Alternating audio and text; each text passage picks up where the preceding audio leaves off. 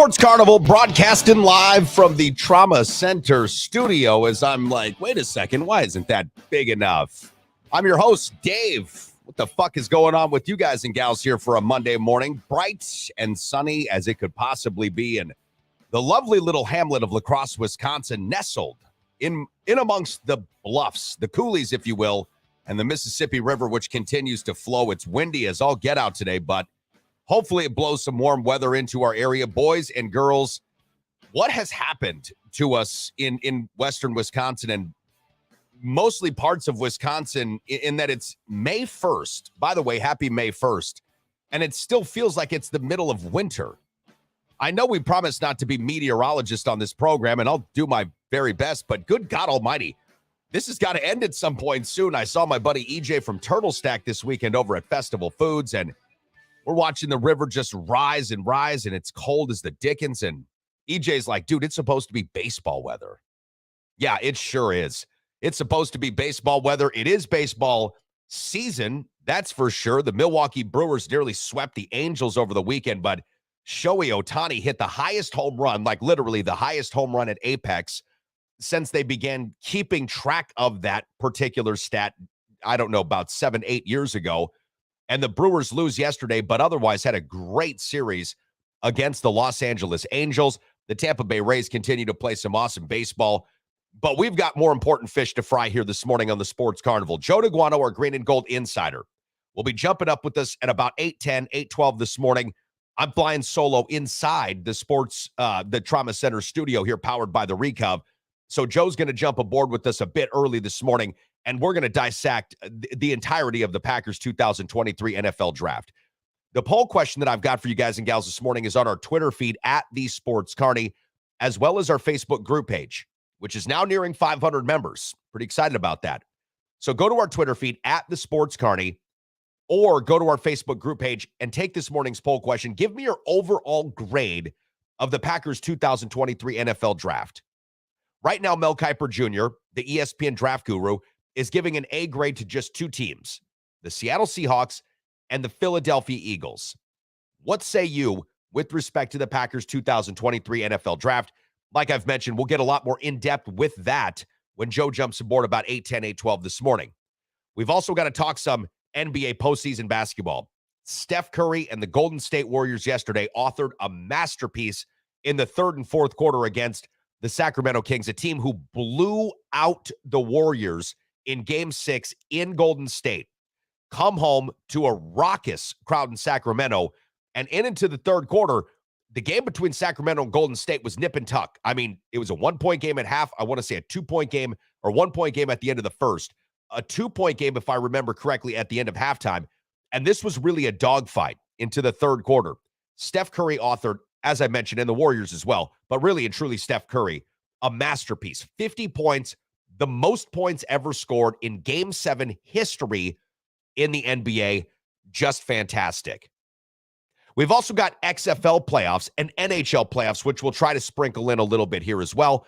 The XFL playoffs weren't nearly as competitive as many thought they would be. Arlington, led by Bob Stoops, actually beats the Houston Roughnecks. The DC Defenders get the best of Jason P1 Breacher's Seattle Dragons. Arlington, DC meet in the XFL Championship. That is not this upcoming weekend, but next weekend.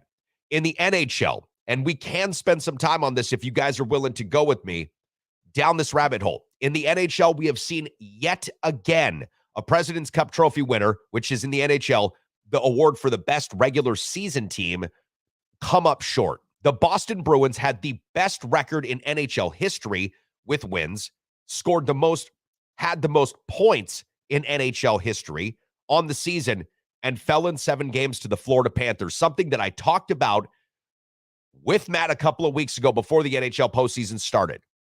We also saw the reigning NHL champions, the Colorado Avalanche, lose in their first round series. The Seattle Kraken win their first series in their postseason history. And once again, the NHL postseason proves to be a dynamic, electric, and just an outright wild postseason. Very exciting stuff. Like I've mentioned, we've got our poll question up on our Twitter feed at The Sports Carney.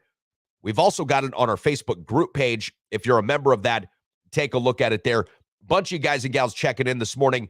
P12 Foreman's up and at it, says, at least the Packers, talking about the Packers draft, at least the Packers had a first and second round pick and then drafted a kicker with pick 99. It was Jack Moody from Michigan, who is great, but we could have drafted a few position players to start. Okay, that's fair. That's fair. But it does show you that the end of the line for Mason Crosby is probably coming up soon, though, right? That's something. There is something to look at with that. Okay, well, Foreman, I think then I'm going to say that you've graded this no more than a C. No more than a C. Foreman checking back in saying he picked both of them NHL upsets and won a few shekels.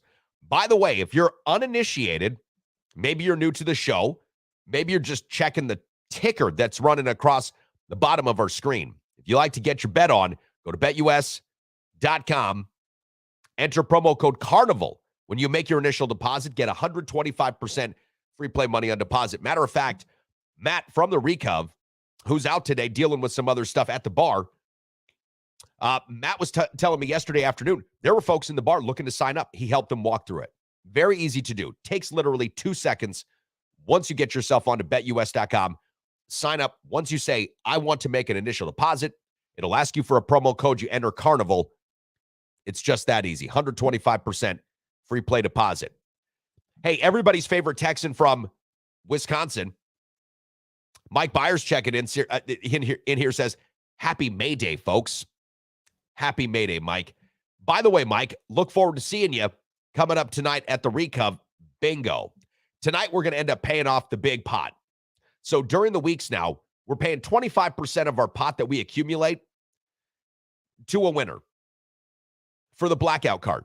Coming up tonight, it's our big giveaway. So all the money that we've collected throughout the month that we haven't given away during the blackout round will be given away tonight. You do not have to be present to win, by the way. If you have been a previous winner, we've got your name, we've got your phone number. All of your names go into the communal hat, if you will, and somebody's walking away with what could be, a pretty decent haul. A couple of months ago, it was nearly $800. Last month, we had about $550. So come on out, see us tonight at the Recov. By the way, bingo starts at 7, goes until about 9-ish. Mike says, shoot, gonna miss it, out of town tonight. That's okay, Mike. Like I've mentioned, do not worry. Do not worry. You do not have to be present to win. Facebook group member checking in this morning, saying, good morning, Dave. Top of the morning. Let me see if I can go to our Facebook group page right now and check to see who actually is checking in. Sometimes with the Facebook application, it's hard for me to see at the moment who is checking in. That's generally what Matt has for us. That was Alec Michael Gillespie. Boosh. Johnny Wadd's checking in saying, a bright and sunny Sensi morning to you. So Johnny Wadd and Stacks Family Farms, the folks behind Carbon, Matt Boschka and company, owners of Cannabis Depot, came up with this incredible new product. It's Sensi. So it's a THC derived from the hemp that we grow legally here in Wisconsin. It's THC-infused seltzer. Unbelievably tasty. Mango and cherry, I believe, are the two flavors. I had about 4 of those this weekend over at the Recov. Wow. Really, really great. By the way, no alcohol in them and really low calories. I don't know if that matters to you. I brought this up to people about 6 times on Saturday. 30 to 35 calories a piece, Johnny Wadd. Congratulations, dude. Seriously, congratulations. P1 Breacher's checking in and saying, sounds yummy. It's amazing, Breacher. It really is. And again, if you're somebody who doesn't want to drink, okay, but you're looking for a nice feel-good beverage when you're at a bar, your friends are having cocktails and libations, perhaps you can't, but you want to take a little load off, I would recommend that Sensi. I've got to be thinking there's going to be a ton of different flavors coming out. Johnny Wadd, correct me if I'm wrong, but I've got to imagine you guys are going to end up having a ton more flavors. It's awesome, by the way. Available right now downstairs at the Recov. And as far as I know, the Recov opened today at 11. I know last week we had some cleaning. We were doing some stuff every couple of weeks. We go through a big deep dive downstairs at the bar. But I believe we're back open at 11. Matt, if you're watching this morning while you're doing your stuff, correct me if I'm wrong. I'll be hosting bingo tonight from 7 to 9, tomorrow back behind the bar at 4 o'clock in the evening. So if you want to try some of that Sensi, but you want me to serve it up to you, that's when it'll be. Let me go to Thomas from UWL this morning because I want to give him a shot to tell us about his fantastic weekend. He said he had a fantastic Saturday evening. The La Crosse area CRU, specifically the men, put on a great event for the women. The women loved our hospitality, and servant hearts, and the dance party. That was fire. I have no idea what CRU is, so that would be something that I'd love to find out. Thomas, reply to me and let me know, what does CRU mean? La Crosse area CRU. It sounds fun. It sounds interesting. By the way, Johnny Wad checking back in again. Stacks Family Farm says, yes, we are working on new flavors already. Love it. So do I, man. I really do. I posted a picture of the Sensi can on my Facebook page. So if you happen to be a friend of mine on Facebook, you can see that photo like almost instantaneously. I'm getting notifications from people. I'm getting messages from folks, private messages even. Oh, how is it? How do you like it? Where can we get it? Come and get it at the Recov. It's fantastic. And you're just going to find yourself. I mean, listen, if you don't want to drink, you don't want alcohol, which I went without on Saturday for the most part. Thank you, Johnny.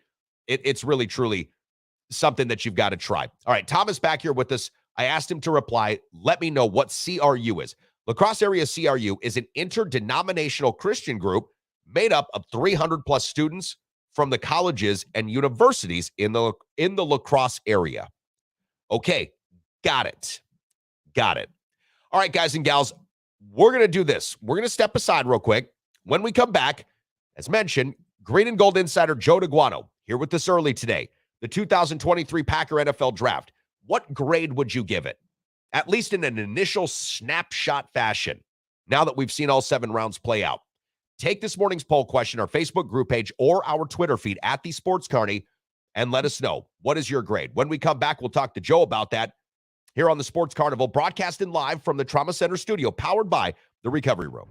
What can I say? The Recovery Room on 7th and Mississippi Street is not only my favorite bar in all of downtown La Crosse, Wisconsin, it's my favorite restaurant in all of downtown La Crosse, Wisconsin. Breakfast served 8 to noon, Saturday and Sundays, daily specials, incredible cocktails, and the best damn wait staff in the entire city. My buddy Matt knows how to treat you right, and that's why when you go to the Recovery Room on 7th and Mississippi, you're always going to have a great time and a great meal with a great cocktail. So if you haven't been in a while, or perhaps you're just regular and you want to stop in again, make it a thing. I'm there every single week. How about you? Do you have a wedding, anniversary party, or bat mitzvah coming up in your life? Then you need Hey Duda DJ services featuring Neil Duda, the Midwest Eminem. No doubt about it, I'm then hammered, and that's every day. Brains so cloudy, dog. Dropping sick beats while you enjoy your treats. No party is too big or too small. Quinceañeras, graduations, ice cream socials, or cockhold parties. Whatever the celebration, Hey Duda is rocking the foundation. Here we go again. Back with all our friends. Here comes the pain. Neil Duda.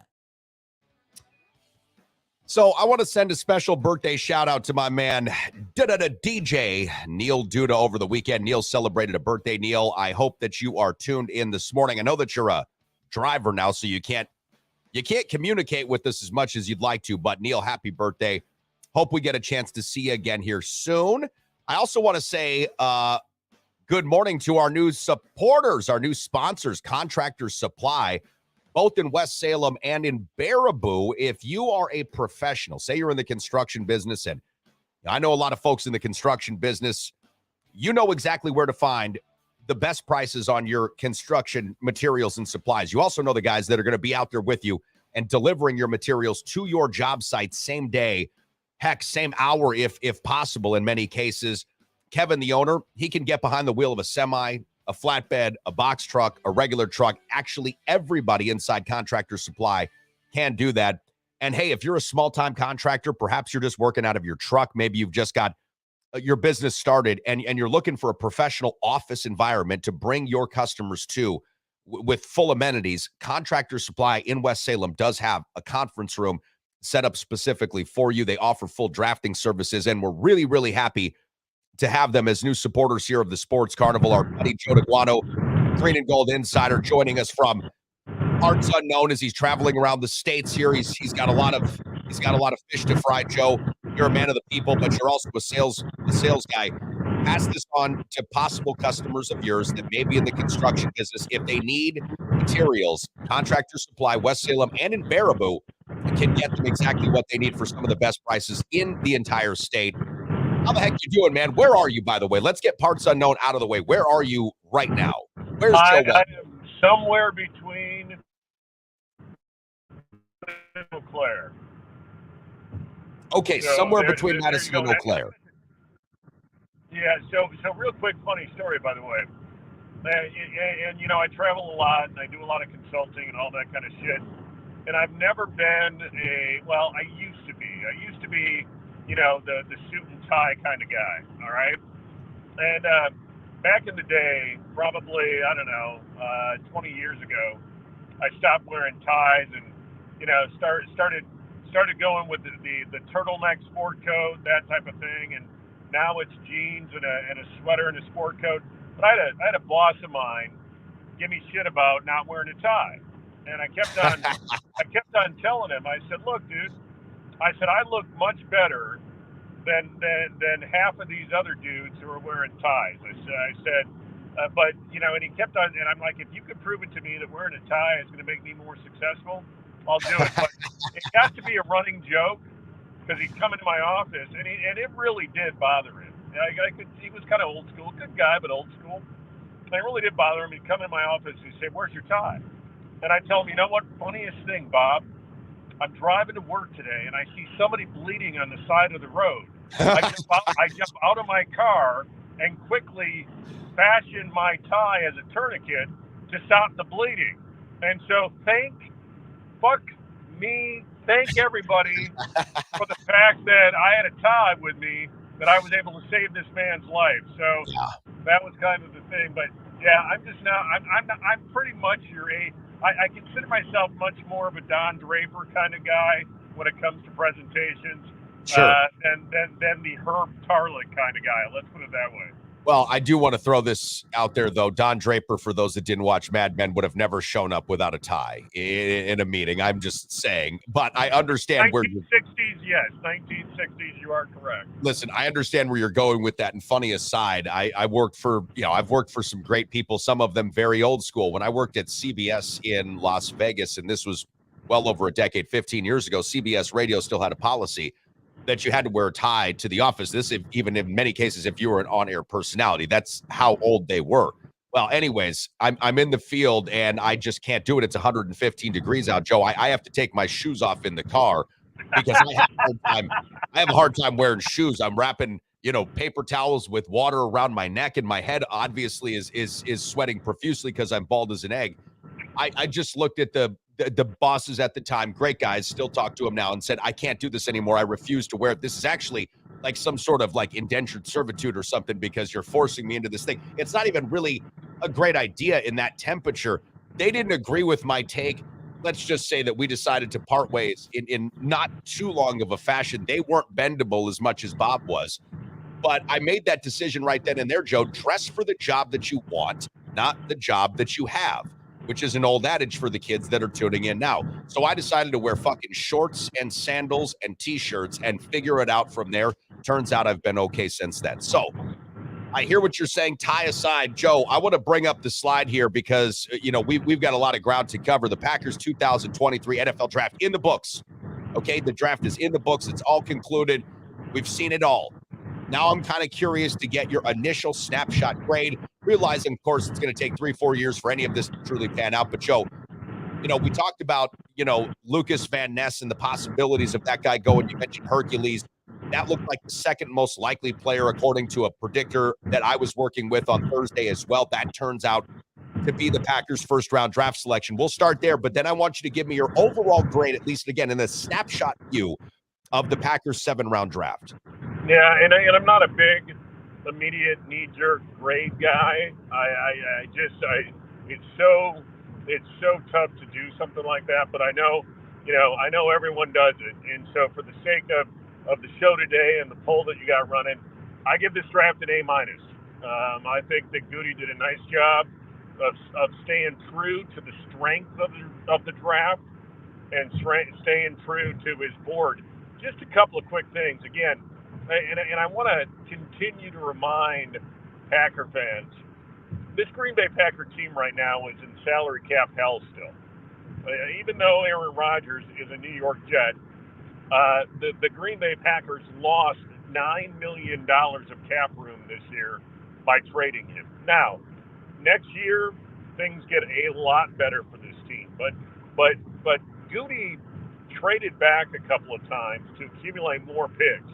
And when you looked at his day 3, and you say to yourself, you know, he had a shit ton of picks. He's probably gonna be moving back up, and he stayed true, to the board, and he built depth at this football team without salary cap room. And so that's kind of one of the first things I want to talk about when you talk about the whole draft. Secondly, it's interesting, DC, when you talk about the number of picks, because the last time the Green Bay Packers used 13 picks, and that's exactly what they had in this draft, was 2000. And in that draft, they got 5 starters. And so you look at it, Bubba Franks, and he was not only a starting tight end, but a Pro Bowler for many years. Chad Clifton, a fixture on that left side of the offensive line. Niall Diggs, ended up starting 4 or 5 years linebacker out of Ohio State. KGB, Baha Biamila, and this guy was a pass rush dude. He was a player all-pro that helped that Green Bay Packer team in the early 2000s. And then Mark Tauscher, stalwart on the offensive line. And so when you look at it, if you could get 5 starters out of this draft, or 5 guys that are impact players, that's a hell of a draft. And so now you look at it again. When I did my mock last week with you, Jackson Smith-Njigba, the receiver from Ohio State, is who I had there. Now, he was available at that point. And was I disappointed that they didn't take him? I was. I thought he was a hell of a player. But then seeing what Green Bay did in the later rounds and looking again at where the strength is of this draft, because if the Packers don't get Lucas Van Ness, and remember, Preston Smith is 31 years old, Rashawn Gary is coming off an ACL and probably will not be ready till October, November. So when you look at that, if you don't get Van Ness at that spot, and then you look at where they drafted and the edge rushers that were available, they were going to get squat in the second round. So getting Van Ness, and if you look at him and you look at his stats and you look at his athletic profile, he's a lot like Rashawn Gary. All right? And where, you know, depending on who you listen to, Van Ness was, you know, ranked anywhere from 10 to 35, all right, from most people out there. Here's the thing when you look at Lucas Van Ness. First of all, he's a guy that you can move all over the place. He's kind of like the Darius in that mode where you can bring him from an inside pass rush or an outside pass rush. And one element of this draft I want to bring up, and I think it's relevant, I want to bring up what's called the relative athletic score. Now that is it's known as the RAS, and it takes into consideration a player's height, weight, 40 time, 20 split, 10 split, bench, their vertical, their broad jump, their short shuttle, and their 3-cone drill. And it's a scale of 0 to 10, and 10 being the highest. And when you look at Goody's drafts over the last several years, you got to look at the RAS number. When you look at the RAS number of Lucas Van Ness, he's at a 9.39. And this is a guy who, again, you can play defensive end in a 3 technique. You can play him in an outside 3-4 backer. You could bring him on the inside. So from a pure athletic standpoint and production standpoint, and I know people are saying the guy didn't start at Iowa. Fuck that. He played over 1,000 snaps and was one of the leaders in snaps. So I don't give a damn who starts for you. It's who ends the game for you. And at key times, Lucas Van Ness came through. So even though not the guy I wanted Green Bay to draft, I thought it was a good value pick at that point. It's a pick. It's a position they needed. Because again, I had the Green Bay Packers selecting the edge rusher in the second round, but that edge rusher wasn't even available at that point when you saw the run on edge rushers. So again, I thought that was a good pick. I was disappointed not getting the receiver, that slot receiver, but then Green Bay went and got the slot in the second round. So for that Lucas Van Ness pick, if you're going to grade it, I'm probably in that B plus range. You know, Joe, I think largely that's the takeaway we had Friday here on the show. We gave it about a B plus grade, or at least I did, because I felt like he mirrored a lot of what the Packers got when they got Rashawn Gary, also at 13, believing that was Brian Gutekunst's first draft with the Packers as general manager, or Ted Thompson's last. That was his second one. His first second. Was Jair Alexander. That's right. So second draft there. So with Rashawn Gary, I likewise thought that perhaps his college stats may not have exactly told the story about what he would do in the pros. But I think that Rashawn Gary was more of a project at that point in time than perhaps Lucas Van Ness is. And if you agree with that, then I really like where this team is with Van Ness. What you mentioned about the injury to Rashawn Gary has to be taken into consideration. Preston Smith had a rebound year last year for sure after a really disappointing campaign in 2020. But I like the Packers using him. The other thing I thought about was this. If you're able to lead the team in near snaps and you're not a starter there for the Iowa Hawkeyes, one of the nation's best defenses, that's going to show you in many ways how you could be used in a system like the Green Bay Packers will employ. Now, Joe, I want to jump, though, to the offense because you mentioned the wide receiver. I want to start with tight end Luke Musgrave, though, from Oregon State, because, look, I'll be fair. I thought that Michael Mayer was going to go a lot sooner in the NFL draft than he did. The Raiders got an absolute steal with this kid. And I tell you what, if you're John Gruden, or not John Gruden, excuse me, if you are Josh McDaniels and the Raiders, after just inexplicably, in my estimation, trading Darren Waller, who I have heard now from people in Vegas was just not happy with the team, but you trade him to the Giants, you get, in my estimation, one of the highest upside offensive players in the draft with Mayer. That said, I'm hearing good things from a lot of different people about Musgrave. Now, this is the pick that the Packers got from the Jets, number 42. Your thoughts? Is he going to be a guy that steps in day one and starts to be the tight end that the Packers have, let's be fair, really been looking for since they didn't sign Cooks, which was a mistake back in the day? Yeah, I'm going to talk about Musgrave, and I want to talk about Tucker Kraft as well. Okay. Because the Packers went with Musgrave with that pick 42, and then the third round doubled up on the tight end position with Tucker Kraft out of South Dakota State. So first of all, Musgrave, again, when you look at the RAS, and this blew me away when I heard this. And, he for all-time tight ends, as long as there's been a combine where you can get those stats, all-time tight ends, Luke Musgrave graded out in the 98th percentile for the RAS. This kid, again, the highest you can get is a 10. He's a 9.78. When you're looking at 6'5", 253, 4'6" in the 40, you're looking at a guy who can play Y in line. He can play the slot position. And again, just a really, really impressive athlete. A couple of things there. Musgrave would have been a first-round pick, in my opinion, if he didn't have the injuries. And so Packers get him in the second round. The other thing I've always liked, DC, players who have pro bloodlines. I just think there's something to be said for a player who knows from someone in their family what the fuck the NFL is really all about. And Luke Musgrave's uncle, Bill Musgrave, was a quarterback in the NFL. So I think you look at him, and then you look at Tucker Kraft, and he was the tight end from South Dakota State. He's a 3-year starter.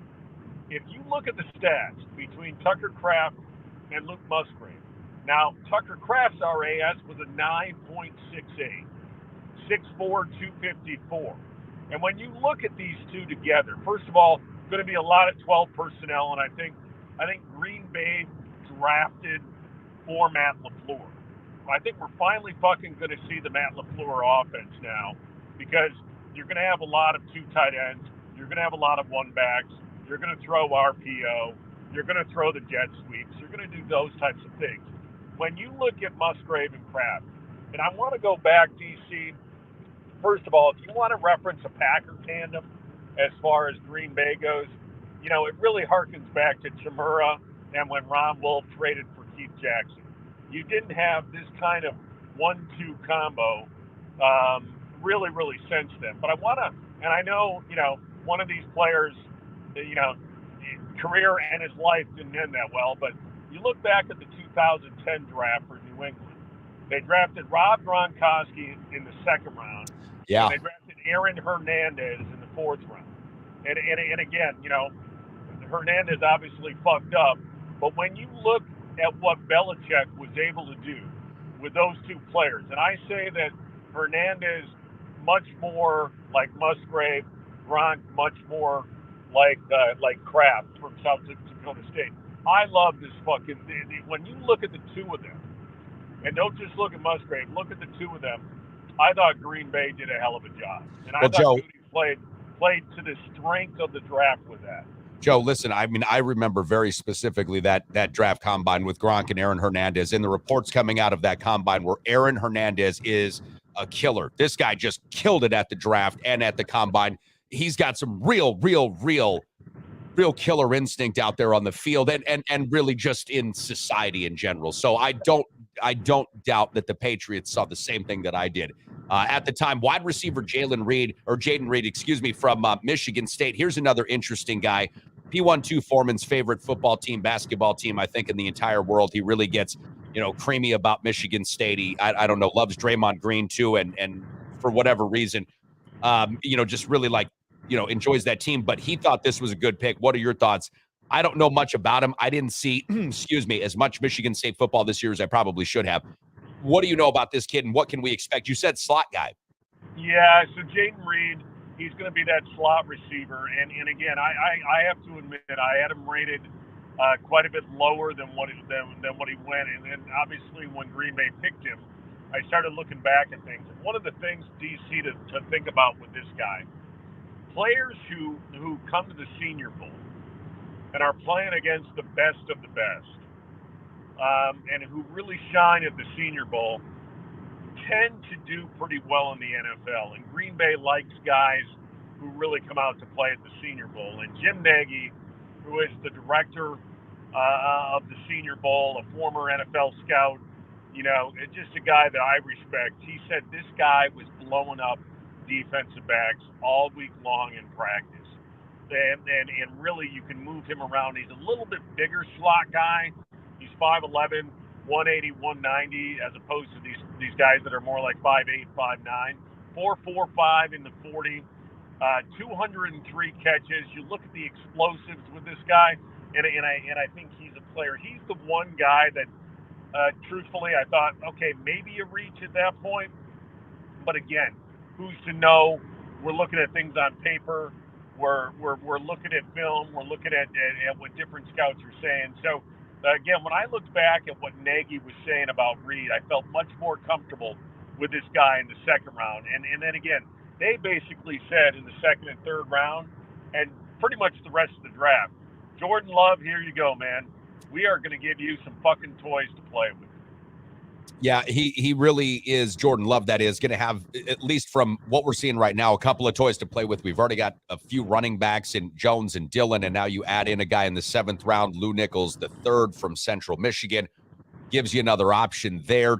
Couple tight ends, and still hopeful, I would imagine, that Josiah DeGuara becomes some sort of an impact player here. We know that your favorite Bobby Tunyon is out of there now, but I think that, if you're estimations and sort of the valuations here from an athletic standpoint are right with respect to these tight ends, Musgrave and Kraft, then that should give Jordan Love a couple of extra safety blankets. Now, I do want to transition briefly here to Jordan Love because there's a big decision on the plate of the Packers coming up here, whether or not to give Jordan Love that fifth-year contract. Joe, I know that you've been talking about that for some time, but you also mentioned salary cap hell.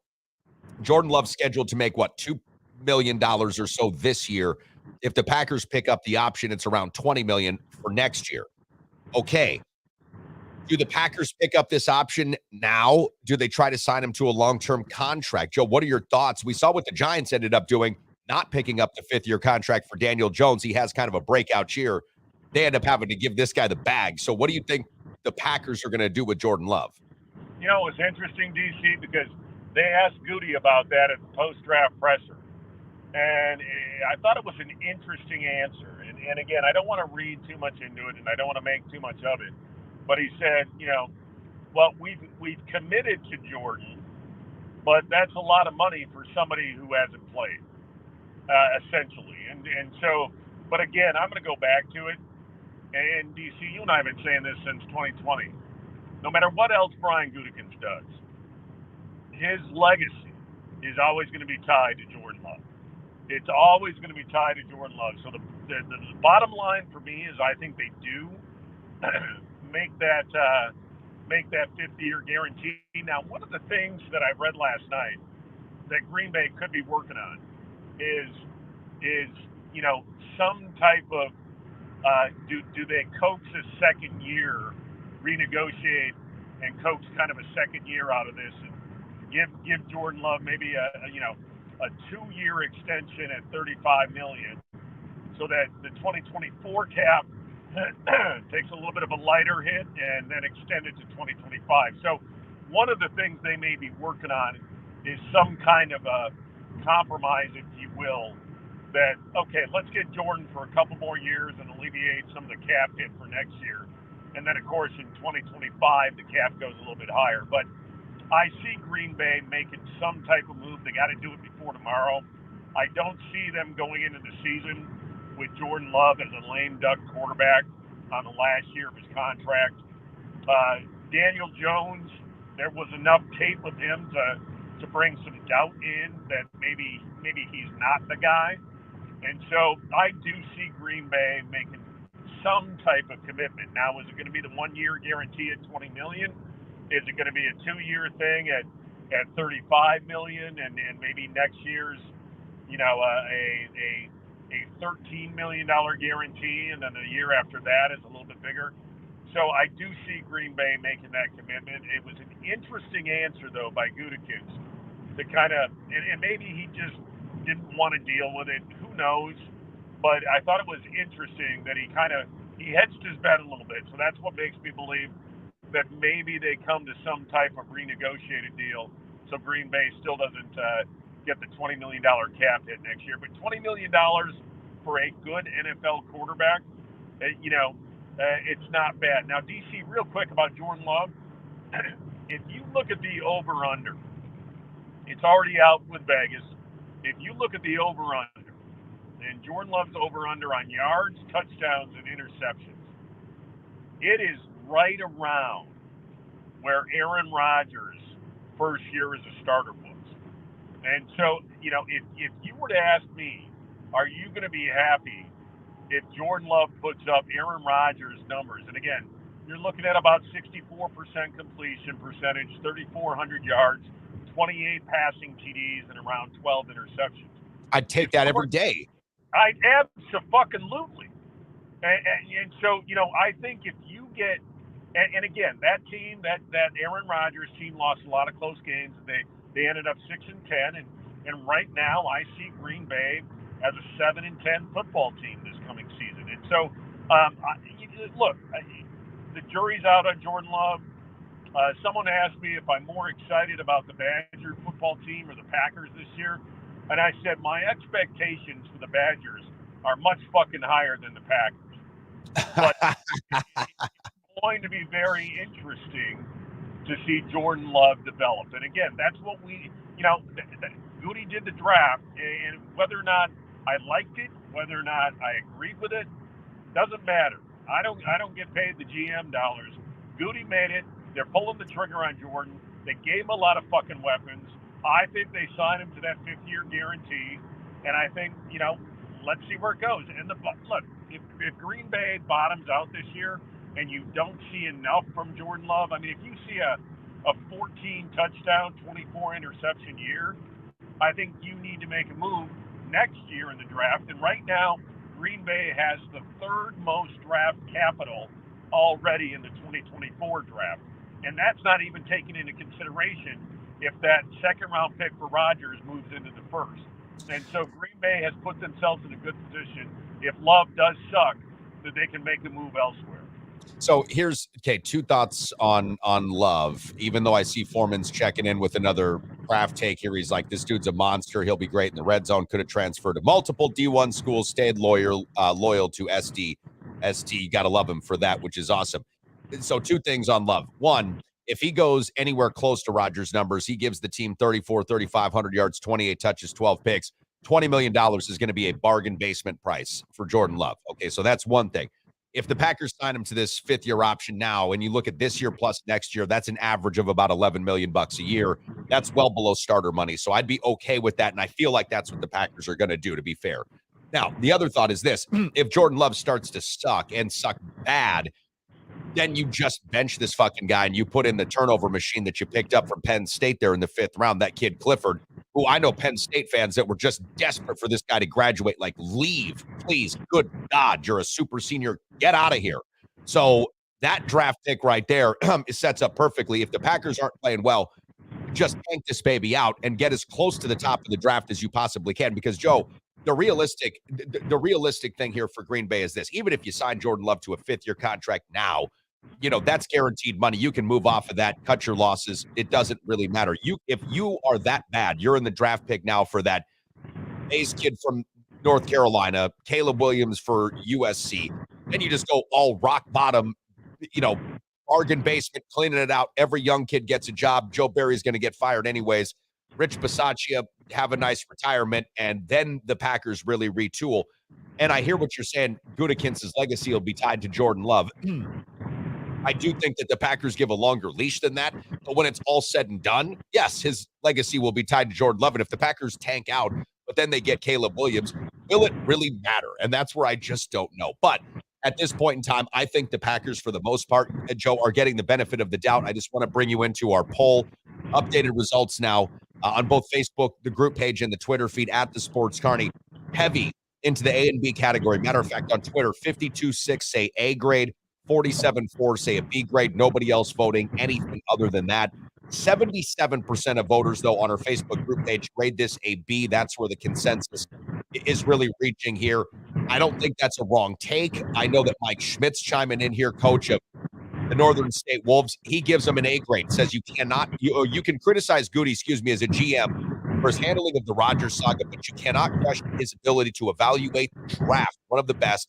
13 picks means he loved his board. And kudos to Milt Henriksen, too, the player personnel director here for the Packers. These guys do really, I think, a great job of identifying talent. I agree with that, Mike. I take your word for as well, the loving of the board. Look, we'll see how it works, Joe. 3 to 4 years, we'll know for sure. But I tend to agree with Mike that Gutekunst must love this board to take 13 players. Yeah, no, I agree with Coach as well. I think Goody did a nice job, and I think, look, Goody was in the draft room with Ted Thompson. Ted Thompson was in the draft room with Ron Wolf. There's a certain way of doing this, and again, one of the best books that I've read is the Ron Wolf book, The Packer Way. And again, I got to hand it. Bob Harlan is the one that saw that, the Green Bay structure was fucked up many years ago. And that's when he brought in Ron Wolf. And Gutekunst, Wolf, Thompson, they're all scouts at heart.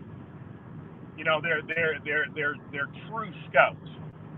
And I think the balance of looking at a guy in shorts and looking at a guy on the field, I think that's the true balance, because you're looking for athletes, you're looking for studs, but the Tarzan Jane shit that you see so often at these things, where Mike Mamula comes out of nowhere and has a fucking on fire combine and gets drafted by the Philadelphia Eagles. And so that was a big balance. Yeah, you got to balance that out. But I agree with Coach. I think with the 13 picks and staying to his board and staying to the strength of this draft, Again. And again, I think Goody did a hell of a job getting value for Rodgers.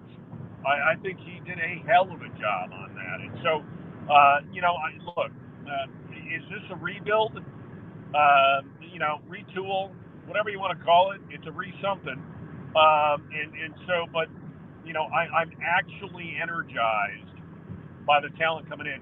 And I got to tell you, I'm just going to go back to Kraft and Musgrave. When you can play 12 personnel, 2 tight ends, 1 running back, and you got 2 studs out there, it is fucking magical. And I just think that those 2 guys, that Musgrave and Kraft, both are over their injuries. They may turn out to be the 2 best tight ends of this draft. I love that take, Joe. And I was talking to guys last week about that same thing. And I know that you're a tight end guy. So am I, for the most part. I think that tight ends are one of the, especially nowadays, one of the premier weapons in the NFL. And you can see that, becoming more and more of a thing as the league transitions more and more into a passing league, right? The other idea I've got with this Packers team, which may be just sort of kooky and funny at the same time, is sort of like what Mike Shanahan did in the first year of RG3. He ran a real heavy set. It was a modified 12 in a pistol formation. He had 2 running backs. He had 2 tight ends. He had a couple of decent wide receivers, but they loaded up heavy in the box to protect RG3, right? To sort of give him the room to be able to sustain that pressure. Now, it didn't work out because he ended up putting this dude out with a leg that was gone, and RG3's never been the same. But my point is, I think that what you said at the very beginning about this being a Matt LaFleur draft and this being Matt LaFleur's, here you go, buddy. Now we get to see what you can do. This is actually perfectly suited because we've seen the 7th round, Mr. Irrelevant. Last year, Brock Purdy go undefeated in the regular season, nearly lead a team to a Super Bowl had he not gotten injured in game. We're seeing Jalen Hurts, a 2nd-round draft pick, become now one of the highest paid players in NFL league history. The precedent is becoming set for some of these kinds of offenses minded by guys like Matt LaFleur to be really successful, especially when you don't have a lot of tape on it. Now, the Aaron Rodgers saga in many ways, and I know that Brian Gutekunst will get a lot of grief from this, but was largely determined by him. So I don't necessarily blame the Packers for a lot of the way that was. Rodgers could have handled it way differently, and who knows, maybe the reason the Packers don't want to commit to Jordan Love is because fucking David Dunn is Aaron Rodgers' agent too, and they're just like mad at this guy right now. So they're not going to give him anything more today. They'll make them sweat that out for just a little bit. I see Jeff Zelke real quick. Joe is checking in here on the Packers draft. Says Gutekunst went in looking to hit home runs, all size and speed with his top picks, and then talked about Lucas Van Ness not really starting at Iowa because Iowa starts the older players. I don't really feel that it's important. If you start, like you've mentioned, if your snap count is amongst the highest and you're out there at the end of the game, you were that guy. So we'll leave the Packer draft conversation here, Joe. Just briefly, I wanted to get your take here on the Milwaukee Brewers, because we haven't talked Brewer baseball. Real good weekend. Nearly swept the Angels, but we did see Mike Trout hit a couple of homers in a loss. Shohei Ohtani, though, hit the highest home run since they've started keeping track of these things in the 3-0 win yesterday. Snapshot me real quick as we sort of transition out of NFL talk for at least a little bit into some other areas. Where do you think this Brewer team is at? Because they're looking like one of the more improved teams in the league, and I did not see this coming. Yeah, I got to tip my hat to, and again, David Stern's no longer with the organization, but some of these young guys who have come up now, and man, I tell you, Weimer made a catch in center field on Saturday night. Yeah. That I was like, did I just see number 19, Robin Yount, patrolling center field? It was deja vu, and it reminded me so much, the catch that Weimer made on Saturday. It reminded me so much of Yount's catch in the Juan Nieves no-hitter. And so I got to hand it to Stearns, because some of these young guys, and Garrett Mitchell, of course, gone for the year. That's a big loss. But you're going to get Woody back sometime in June is now the report. You've had a lot of injuries. Corbin Burns looks like he's straightened out. And again, if the Brewers aren't in contention, Corbin Burns probably will be traded at the break. But, yeah, I like this team. And this is just a credit to Craig Counsell. Anybody who bitches about Craig Counsell as manager of the Milwaukee Brewers needs to just go home. Because when you are hamstrung, like he is with a low payroll, and you continually put out a competitive team, it tells you what kind of manager he is. And I think, this team, when you look at what they were able to build from a minor league capital standpoint with some of this talent, they're looking good. And again, they don't have a huge payroll. They have one of the smallest in Major League Baseball. They're still going to be stuck with Yelich for quite a while now. And again, David Stearns, and that just, man, I tell you, you and I have talked about that one for a long time, and it just, you're paying so much money for a 250 punch and Judy hitter. It just, and that's the problem with Major League Baseball, because when you commit long term to somebody like Yelich and you miss it, and the same thing happened with Braun, and it's a shame that you feel like you got the cornerstone of the franchise and you sign him to a long-term deal, a team-friendly deal, but still a lot of money for Milwaukee. It just sucks, because at that point, you can't re-sign a Corbin Burns, and you don't know what's going to happen with Woody right now. But yeah, I love this team, and they're fun to watch. Adames, I think, is just I'd love to see an extension for him, but I just don't see that coming either. This team loves to be around each other, and it's fun to watch.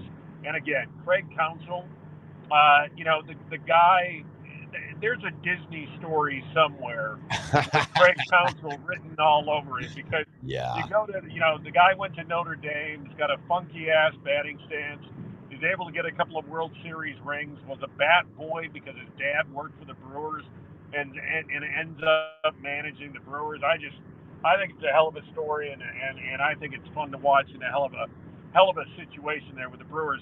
And one last note, DC, and I'm going to jump the track again. It's interesting, because I was here. Bud group was pretty loud and vocal, and I think it's interesting now. I wonder what happens to Bud now that we found out that he lost his brother during that series. And again, part of me says he's still got a job to do. Part of me says, man, that fucking sucks. Have lost a sibling myself, that's a tough boat to be in. So I just wonder, I really wonder what's going to happen with Bud and where this Buck team goes. But as far as, again, going back to Brewers, love what I'm seeing. Fun baseball. It's fun to be a Milwaukee Brewer fan right now. The only thing that sucks is when you look at the payroll, man. It's not even Davy and Goliath. It is. I don't even know the comparison, but it is just a shame as far as the payroll inequities go. So, all right, a couple things. I think Budenholzer probably, now that the team hasn't moved off of him yet, is either going to keep his job or will be resigning due to family issues. And then the team goes and hires Nick Nurse. But I don't know that the team fires him. He's won him a championship. He's got great regular season winning percentages. And probably if Giannis doesn't get injured in game one, they win that series. But we can't discount what the Miami Heat are doing. They're the first number 8 seed in the history of number 8 seeds to win 5 of their first 6 games. They beat the New York Knicks yesterday, and Jimmy Butler played decoy for the last 5 minutes. So the Miami Heat they're doing something here. And I never liked that matchup. All right. I give a lot of respect to Miami. Back to Milwaukee, the Christian Yelich thing this is just unfortunate. Because the guy's, if he was a 250 batter right now, I'd be semi-happy, but he's batting 220. Once again, he leads the team in strikeouts, or at least is tied 34 strikeouts.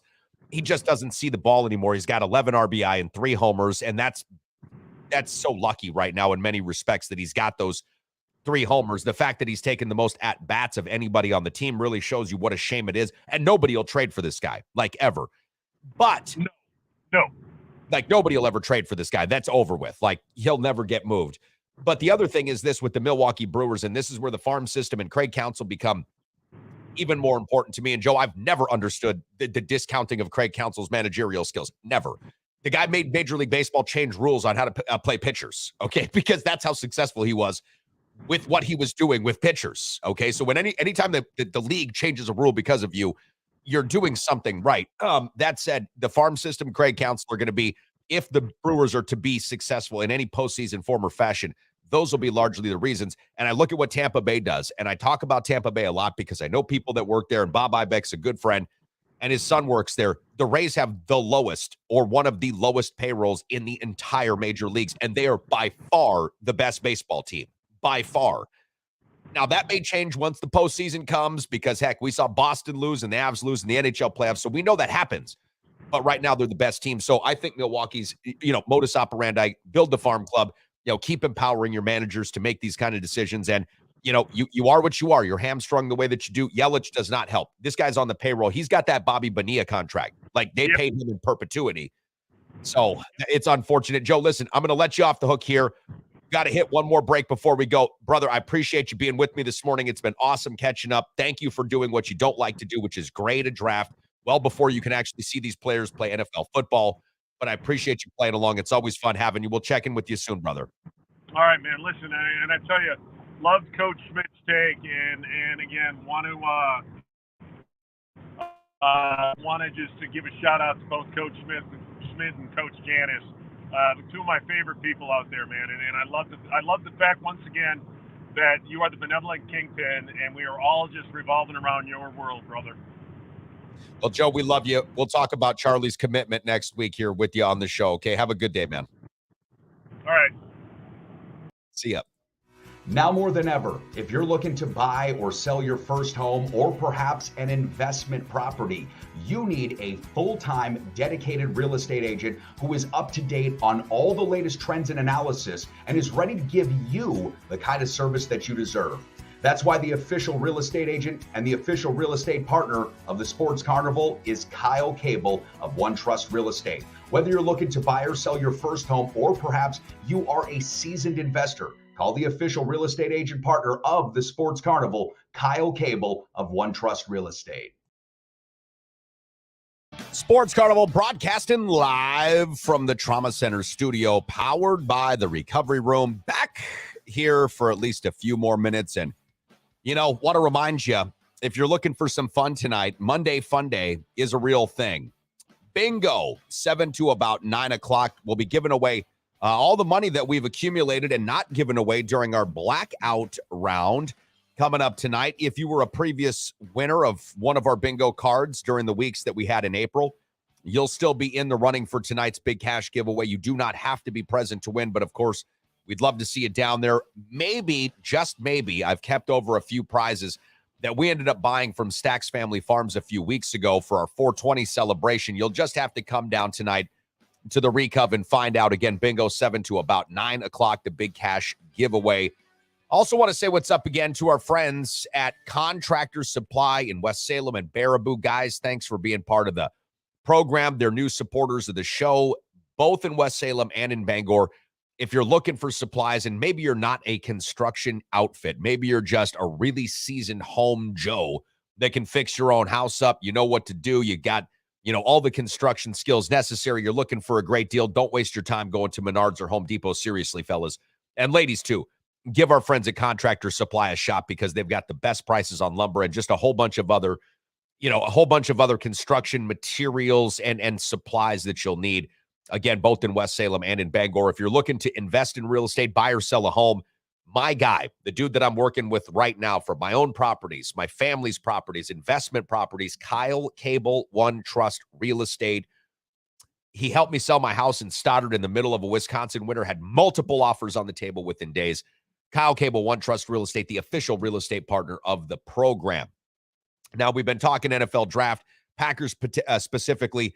What grade did you give the Packers draft? And right now, 84% of respondents on our Facebook group page have the B grade for the Packers draft, by far taking majority of the votes there. Our Twitter feed at the Sports Carney, real even split for the most part. 50% of respondents grade this draft an A, 45% are giving it a B grade. And now we've got 5% of the votes in for a C grade, being just average. I think when you look at what Mike Schmidt's comments were about the draft, and then what Joe Daguanno was saying, about this draft too, you have to be confident in the Gudikins to read. Mike Schmidt, by the way, who will join the program on Wednesday, says this is an A-graded draft. You can criticize Goody as the GM for his handling of the Rodgers saga, but you cannot question his ability to evaluate the draft. One of the best, 13 picks means he loved his board. And I know that a lot of you don't necessarily agree with the way Brian Gutekunst handled the Aaron Rodgers saga. I disagree with that being an issue. I don't think that was an issue. Aaron Rodgers, when the Packers ended up drafting Jordan Love, which was a weird situation because we saw down the pike that, things could be a little sketchy. the Packers were awful. They fired Mike McCarthy in season. Rodgers looked old. He looked like he was diminished and washed up a bit. Jordan Love gets drafted. All of a sudden, Rodgers plays incredible football for 2 years. Amazing. That's not Jordan Love's fault. And it's not Brian Gutekunst's fault that he did what he thought he had to do in drafting a quarterback. Now, the quarterback they drafted, Jordan Love, is still one that we can take exception with. I personally suggested they should just, and this was the day that, again, Joe Daguanno said, do not draft Jordan Love. They just wait until the second round. Jalen Hurts was out there. I like Jonathan Taylor in that spot. I really did. I thought Jonathan Taylor, if you were going to take a guy, in the first round, Packers had to trade up to 24, if you recall.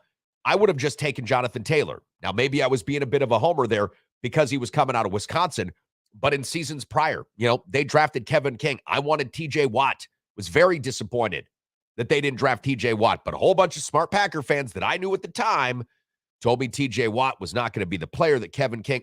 Awesome. We know that not to be true now. The point is this. You can't really criticize Brian Gutekunst for the handling of the Rodgers situation. He did his job, right? Did he pick the right guy? To be determined. He did his job. Aaron Rodgers was the reason that this became a saga. Aaron Rodgers, that little bitch, is the reason that this became a thing. It wasn't Brian Gutekunst making it a thing. It was Aaron Rodgers. So for that, I don't blame Brian Gutekunst at all because I don't think that you can. He did his job. And I do believe that Brian Gutekunst has bosses who probably directed him to figure something out at the quarterback position long-term. If reports are true, Mark Murphy called Aaron Rodgers as soon as they hired Matt LaFleur and said, don't be the problem. Okay. It feels like that wasn't just a Brian Gutekunst decision, so I'm not going to hang him for the saga that became Aaron Rodgers. You guys and gals have a great start to your week. It's Monday Fun Day. Come check us out. Recovery Room tonight. Bingo starts at about 7. Go until about 9 o'clock. We'll give away a ton of money. Talk to you guys in the morning.